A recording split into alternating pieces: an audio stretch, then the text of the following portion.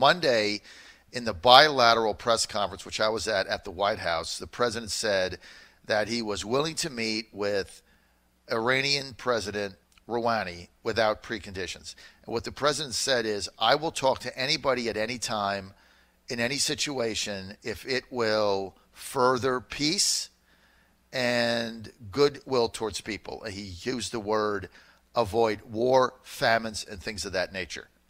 So the president is in charge, not Mike Pompeo. And so the president said that he will meet with President Hassan Rouhani of Iran without preconditions.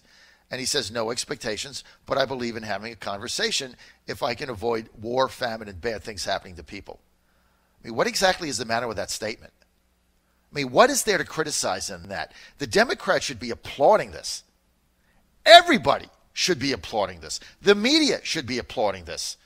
The guy on the street driving a cab or Uber or Lyft should be applauding this. This is good. Talking to adversaries is good. Maybe nothing will come out of it. But the president has gone from the art of the deal to the art of the sledgehammer, and the sledgehammer is economic sanctions. Now,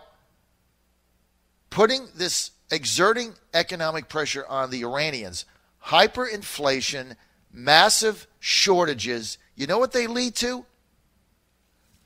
Regime change or internal pressure on governments to change their policy. You start starving people, where do you think that's going to go? Now, President Trump said he would meet with anyone in the cause of peace. This guy doesn't mess around. He made a hostile warning. He doesn't mess around. This is what the statists, they just can't understand. He's the great disruptor who is breaking up the bureaucratic-driven administrative state. He doesn't care what the criminologists say or the Iranian experts say. If he can meet with somebody and gain an understanding to gain a platform to go forward, he's going to do that. If nothing comes of it, nothing comes of it. Now, here's the reality in Iran and why I think the president's spot on. President Hassan Rouhani is soon to be in a very desperate domestic situation. Look, Pompeo said it himself the other day when he said the Iranian government is more like the mafia. And the Iranian regime right now is at grave risk because of a declining, sinking, disastrous economy, worse to come. And the president's eradication of the Iran deal and additional sanctions has turned the Iranian economy into a complete shambles. Let me just give you some facts here. Unemployment today in Iran stands at 12%. Inflation in June, 8.3%. In July, it's expected to be 10%. It's going up by the hour.